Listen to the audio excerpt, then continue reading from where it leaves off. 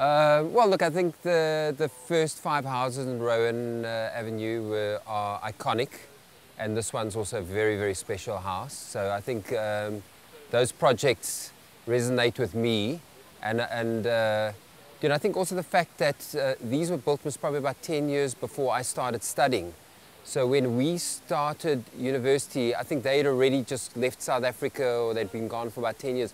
But their legacy, or the memory of them, was still very, very powerful. And it definitely had a huge impact on us.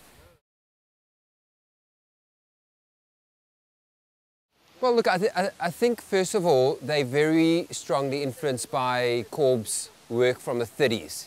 But they were taken, but that direction of architecture was brought into a local environment. So it's amazing to see the work sitting so well in a Cape Town context and being of the Cape, and you almost start thinking that they are Cape buildings, although they were concrete before. So somehow being white today, you kind of get a little bit even more mixed up, because they were never meant to be these white buildings.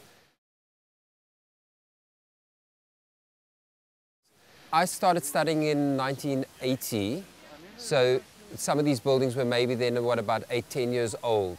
But the presence of Tony and Adèle was very strong at UCT.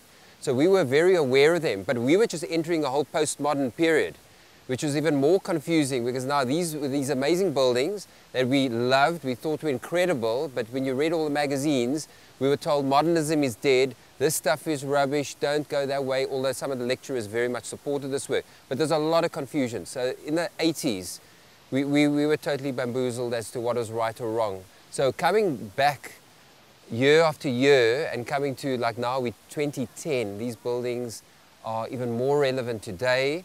The fact that they were built in the 60s and 70s, but they were influenced by buildings that were built in the 30s. So we now looking at buildings that are almost a century old in their architectural birth. And that I find amazing. I've recently designed a house where, in fact, I've got goosebumps here, because when I come to these houses, I've seen how I've subconsciously I'm carrying so many of these lessons and bringing them into new buildings today. So coming here is a little bit deja vu. It's lovely to experience these buildings again, and thanks to Ilse for an amazing, amazing day.